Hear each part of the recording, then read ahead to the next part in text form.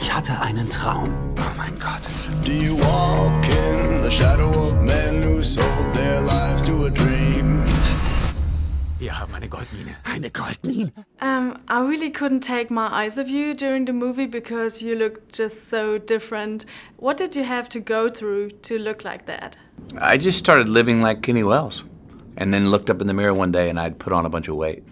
And so I said, okay, this is the way we go. And he was there's a little bit of who the guy really was, David Walsh, but there's also who these men were that I met through my father, people he did business with that were Kenny Welleses of the world. And they were consumers of life. You know, as I said, they weren't fat, they were full. And they all were, people that, honestly, if they, got in a fight and broke their front tooth, they didn't go to the dentist.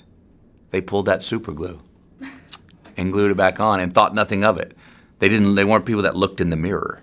They weren't, they didn't have time or the luxury to look in the mirror, so they were people that lived life hard living.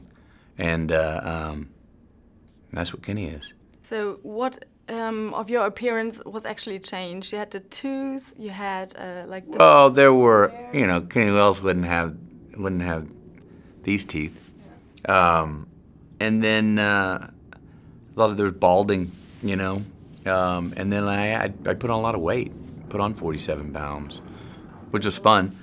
It was fun. What did you eat? Cheeseburgers and beer. Anytime. A lot of it.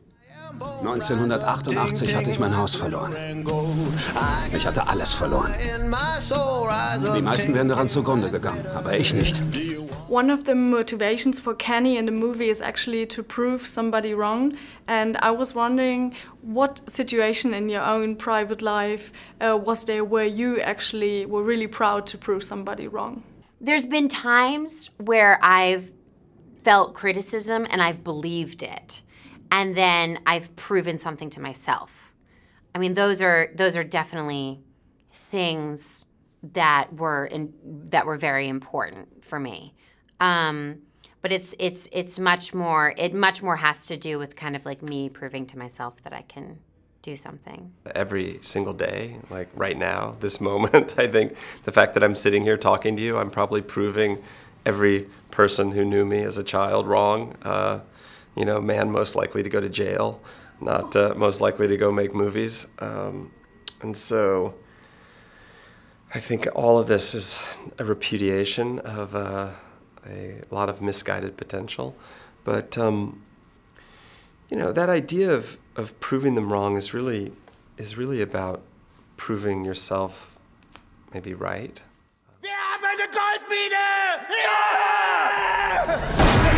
Sie haben den größten Goldfund des Jahrzehnts gemacht. Wir reden hier von über 30 Milliarden $. Wie fühlt es sich an, ein Rockstar zu sein? Dieses Gefühl kann man unmöglich beschreiben. So it's already your third movie about the search of gold. What is it with you and your obsession with gold? What else do we have? We have Sahara and we have Fool's Gold. Yeah, you know what it is? I think more so than gold. I think I'm attracted to these searchers, these dreamers and prospectors who are, believe it's out there. And against all odds, let's go find it somehow, by hook or by crook. Let's hustle our way into making it happen, and that's what Kenny does. And I like that. I like when a character's chasing something that everyone else is like, that makes no sense, it doesn't exist. Siehst du diese Hände? Ich begrabe dich mit diesen Händen. Among all the cast members, what would you say who's the biggest adventurer of you? I hear all the stories about shooting in Indonesia for this movie. And the stuff that Matthew and Edgar went through together, and they like spent the night on set and like camped out and everything, and so they are more adventurous than I am. That is for sure. Es war das Gold, das mich rief. Gold. Apparently, the scenes in Thailand were the most difficult and most challenging. What went wrong on production there? We lived quite a few adventures in the film. We lost our, at least 8 locations, 8 sets during the first week of shooting, because we were in the middle of the jungle shooting in the middle of the monsoon season, and one day we were rehearsing at under a tent, in the jungle, and next day the water raised 30 feet and we lost everything. It was all washed out by the river, and we had to really get on the boats, on the canoes, and try to find new locations to shoot. I mean, like, sometimes we would just get on the boat and just go down the river to try to find where to shoot that day. There was obviously language barriers, and there's a delay when the English AD says action.